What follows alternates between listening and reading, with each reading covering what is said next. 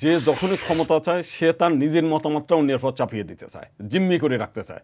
যেমন বিএনপির কথা বললাম, বিএনপি কিন্তু ক্ষমতায় যখন ছিলেন বেশ কয়েকবার সংখ্যানুপাতেও তো আমরা সেই সময় 12% হলে যদি সরকারি হিসাবে, তাতেও 3-36 জন এমপি আমরা পাই পার্লামেন্টে। তারা কিন্তু কোনোদিন, এমনকি গয়েশ্বর রায় তা মানে বিএনপির মতো এত বড় একটা ত্যাগী নেতা বিএনপির মধ্যে, সেও কোনোদিন এমপি হতে পারে নাই। তার সংখ্যানুপাতে প্রায় 6 জন মহিলা এমপি পাই সংরক্ষিত আসনে। তার মেয়েকে অনেক চেষ্টা তদবির করছে যে আমার মেয়েকে একবার সংরক্ষিত আসনে এমপি নেওয়া হোক, বিএনপি কিন্তু সেটাও করে নাই। তো সেই কারণে বিএনপিরাও যা, জামাতও তাই, আওয়ামী লীগও তাই, প্রত্যেকেই মাইনরিটিদেরকে ধ্বংস করার জন্য তাদের যা যা করার দরকার চিন্তা চেতনা সেগুলো করে। তারা আমাদেরকে জিম্মি করে রেখে বাংলাদেশের প্রথম ইমিউনিটি বুস্টার সমৃদ্ধ ফ্যান্টাস্টিক হ্যাপি এনার্জি বিস্কিট, ওই যে জোর করে যে তোমরা ভালো আছো। অনেক সময় যেমন এতদিন জামাতে কিন্তু কোনো হিন্দু যায়নি, এখন কিন্তু অনেক হিন্দু জামাতে যোগদান করছে। কেন করতেছে?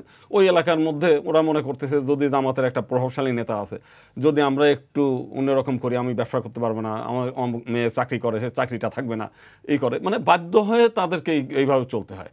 আমরা যে স্বাধীনভাবে, ওনারা কিন্তু কোনোদিন বলে নাই যে ঠিক আছে সংখ্যানুপাতে মাইনরিটি যারা আছে তাদের প্রতিনিধিত্ব পার্লামেন্টে থাক, সর্বক্ষেত্রে থাক, তাদের সিদ্ধান্তটা তারা নিক, এই চিন্তা না। আমরা চেয়ারে বসবো, তোমরা আমাদের অধীনে থাকবা, আমরা 2-4 কেজি চাল ছিটিয়ে দেবো, তোমরা আমাদের ধন্য ধন্য করবা।